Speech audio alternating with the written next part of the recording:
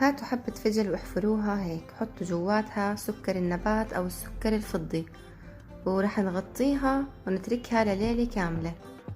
طبعا هذه الوصفة للسعال، لآلام الحنجرة والالتهابات. طبعا تاني يوم رح تكون عندي جواتها مي، المي هذه تشربوها على الريق وبتاكلوا حبة الفجل، وألف سلامة عليكم.